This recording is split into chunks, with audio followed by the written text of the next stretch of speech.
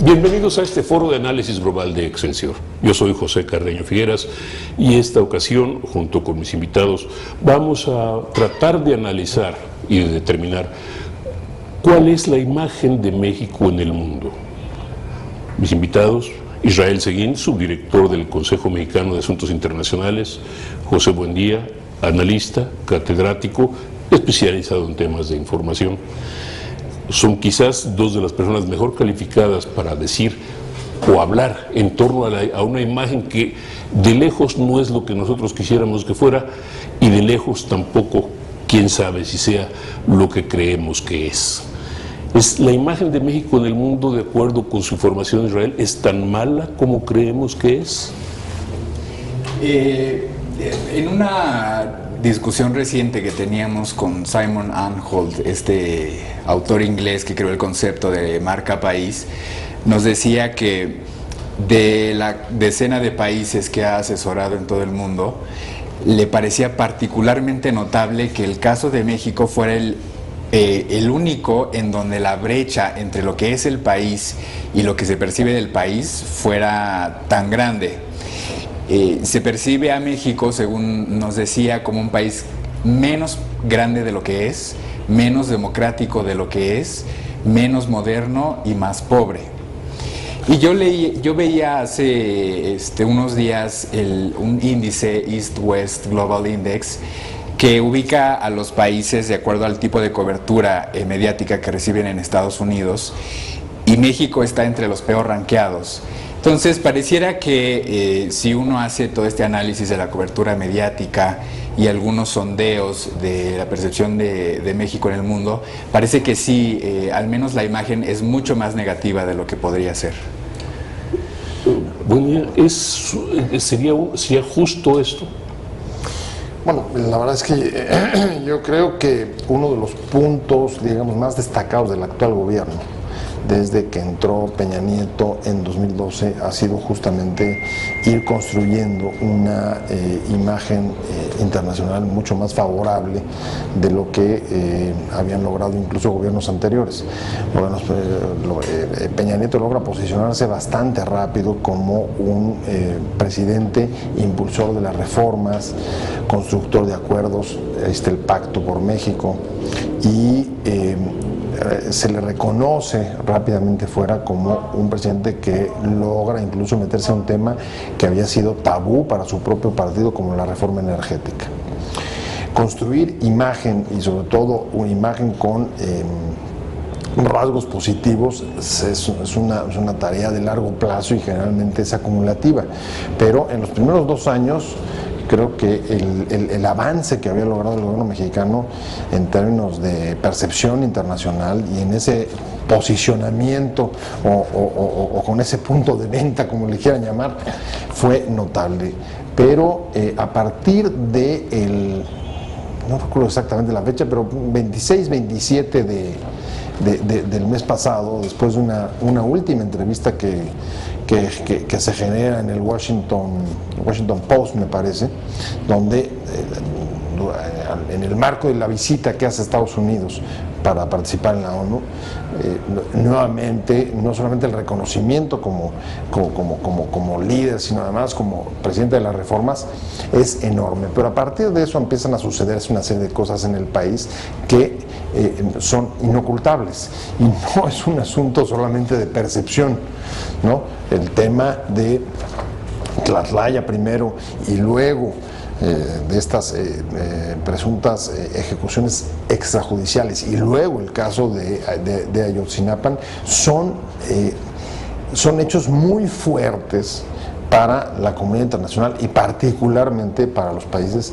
donde miden esta clase de brechas a las que te referías. ¿Por qué?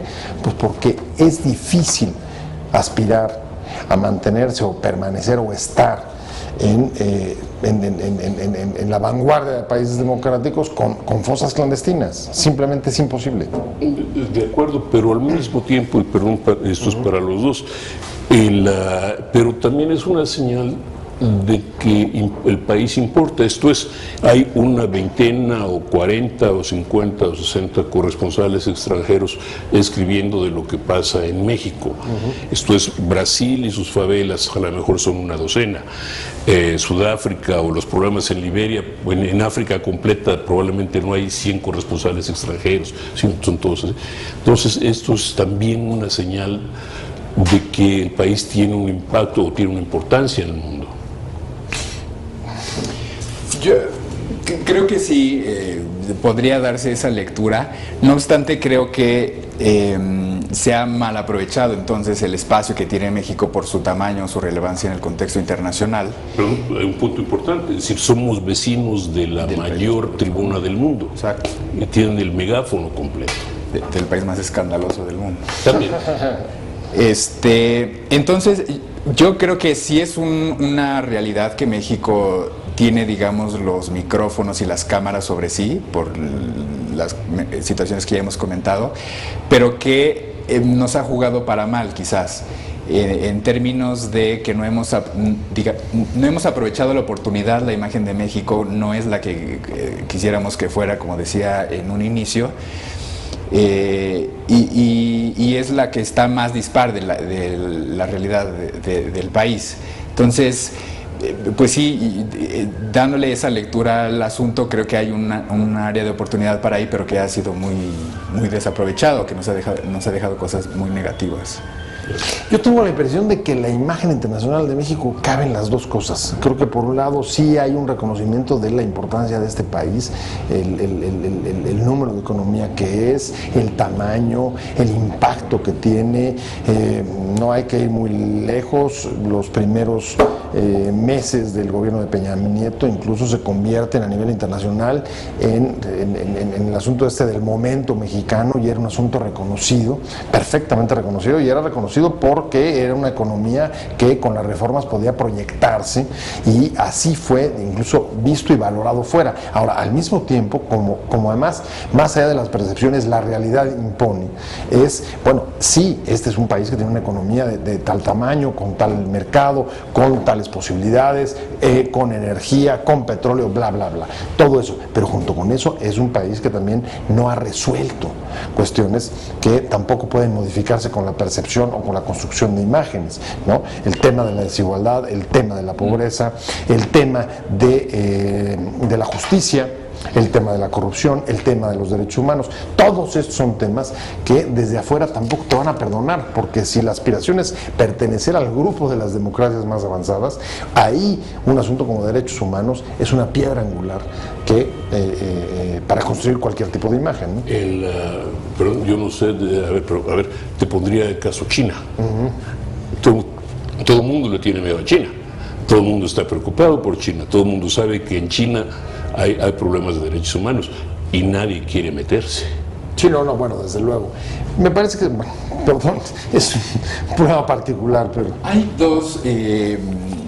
En este estudio un reciente estudio que sacó Simon Anholt, recordando otra vez a este autor, decía, para la comunidad internacional importan dos cosas en los países: que sea el país bueno o que sea el país poderoso.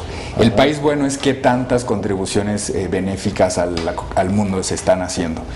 Quizás yo englobaría entonces la presencia de China en el país poderoso, digamos, quizás por esa vía es donde se inserta, y un poco respondiendo a esa pregunta, ¿no? Pero creo que el caso de México sería más bien por el país bueno, qué tantas contribuciones se van a hacer. Y la otra cosa es que, como se mencionaba hace un momento, justamente estos elementos del Estado de Derecho, garantizar certidumbre jurídica para el ciudadano común, que la estabilidad macroeconómica se traduzca en bienestar económico para el ciudadano, para la familia, son justamente esos los cambios de largo plazo, la agenda pendiente que digamos, va a hacer que los hechos hablen por sí solos y que la imagen de México empiece a cambiar. Creo que sí debe ser un asunto que debe verse como de largo plazo y de políticas que quedan pendientes todavía. No, bueno, a ver, desde luego, regreso al asunto China. Por supuesto que Aquí hay temas que tienen que ver con equilibrios de poder. Nadie ha dejado de hacerle señalamientos a China sobre la falta de respeto a los derechos humanos. Ahora, el asunto es que ese no ha sido un obstáculo para el comercio y las relaciones con ellos de la mayoría de las potencias. Quizá valga la pena, por ejemplo, aterrizar en ejemplos concretos.